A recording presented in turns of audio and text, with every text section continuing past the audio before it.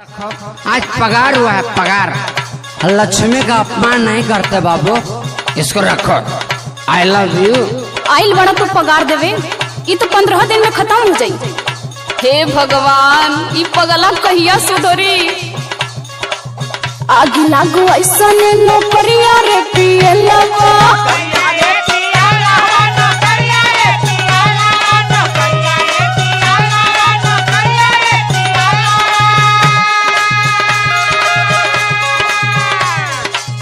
आगे लगे ऐसा नौकरिया रे पियलवा, पियही में जाले तोर पगरिया रे पियलवा।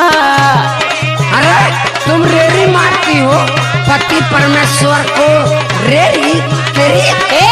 होश में बोला, होश में उतार दे तोहर नशा जोन पकड़ ले है ना। अरे कैसे बोलती है? I am government servant. बोलबा तो ढेर, लगता है तुमको भोजपुरी में समझाना पड़ेगा। आई ठेलू जैसे तोहर बाप दिहले कर जा,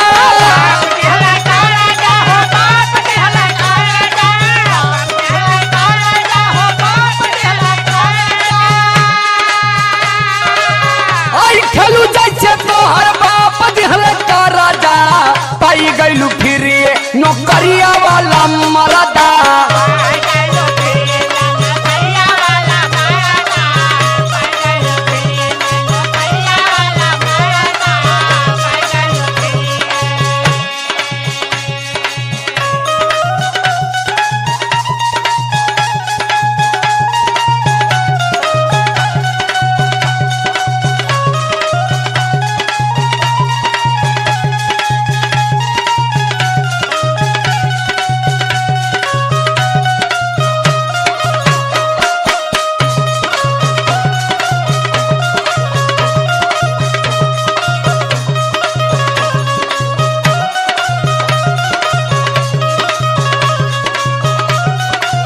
अरे कब्बो कब्बो शीशा भी देख लेवल कर।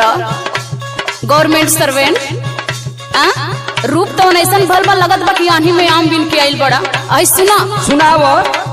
शीशी चढ़ा के घरे आवेला तू झूलते,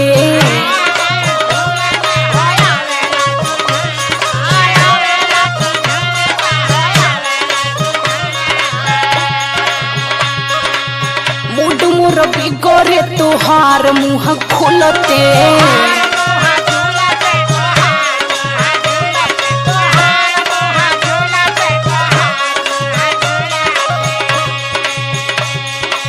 शीशी चढ़ा के घरे आवेला तू झूलते, मूड मोर बिगड़े तोहार मुँह खुलते। मुँहवा से निकरे लगरिया रे पियलवा,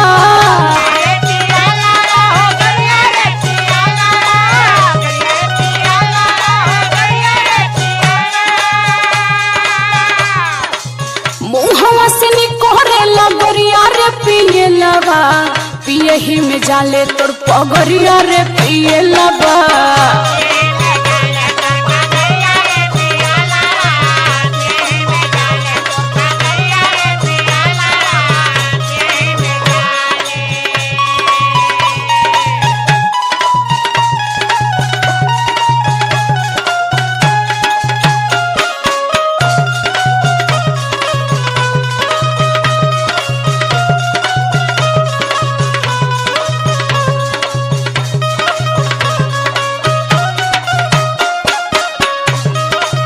अरे तो के जितना मिलेगा उतने तू ढेर बतिया उतारी। का बतिया तानी हो? देखा यही के तनन के आते नहीं लुगरी,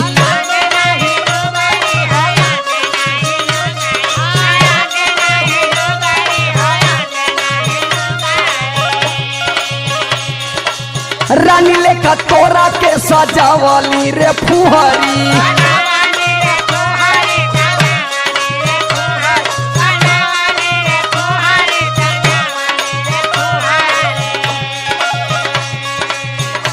यही के तनन के आटे नहीं लुगरी, रानी लेखा तोरा के सजावली रे फुहरी।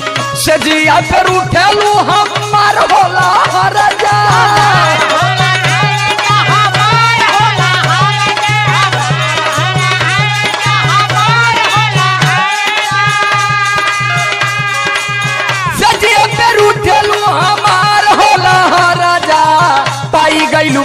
फिरिए नौकरिया वाला मरदा